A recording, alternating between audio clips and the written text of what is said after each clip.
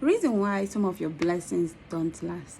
Many of you, once things start working well for you, once you start seeing the changes in your life, once God start answering your prayer, you notice along the line things start cutting off. You say, I'm going back to square one. God, why me? Then that's when you start questioning God. God, why me? God, why me? Do you know why? I will tell you why. The reason why is because you have forgotten how you got that blessing. You have gone astray from how you got that blessing because you have forgotten the activities you did to get that blessing. You have forgotten the road you follow for that blessing. You have forgotten the things you need to keep doing. And you felt like, I have the blessing now, so let me go ahead with my life. You are making a mistake. Know how that blessing would cut short on the road. And then you go back and start asking God, God, why me? God, I beg. God, do this for me. I promise to do this. I promise to give my... I promise to give you my soul. I promise to follow your will. I promise to do this. I promise to help the less privileged. I promise. You keep making promises that you can't fulfill. Okay. If you did, you notice that in your life you have been reading maybe Psalm 51 with water, and you notice since you've been doing that, God blessed you. Or you have been doing some cleansing, egg cleansing, and you notice that God blessed you doing that. You notice that lemon helped you, or natural virgin water helped you.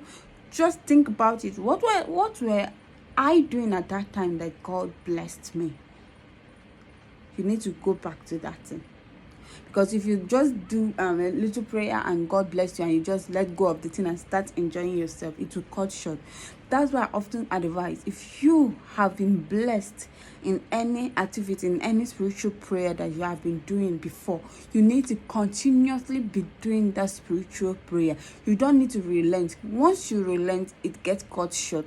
It's not a curse, but it is the fact. Even though if you do a 30 days fasting and prayer, or you do just 2 months fasting and prayer, you will still notice along the line your prayer gets cut short.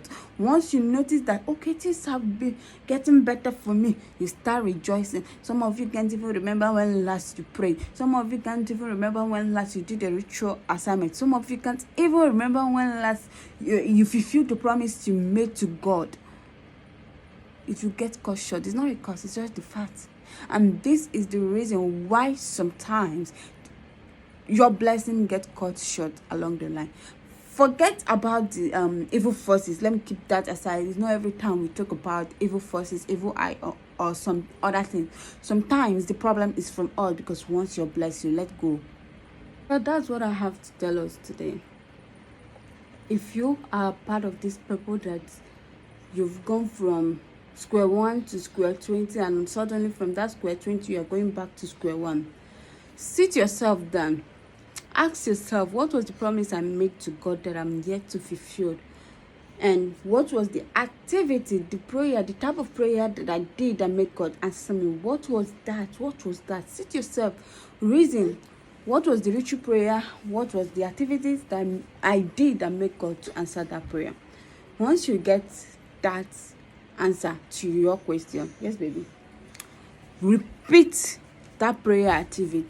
Keep repeating it. Even when God answers you again, when your prayer just clicks yes, and God gave the universe permission to grant all your heart desires, my dear, keep repeating that assignment. Keep doing it. If you can give yourself, okay, I'll be doing this once in a week, it's better for you. It's very, very nice, so that you won't go down again.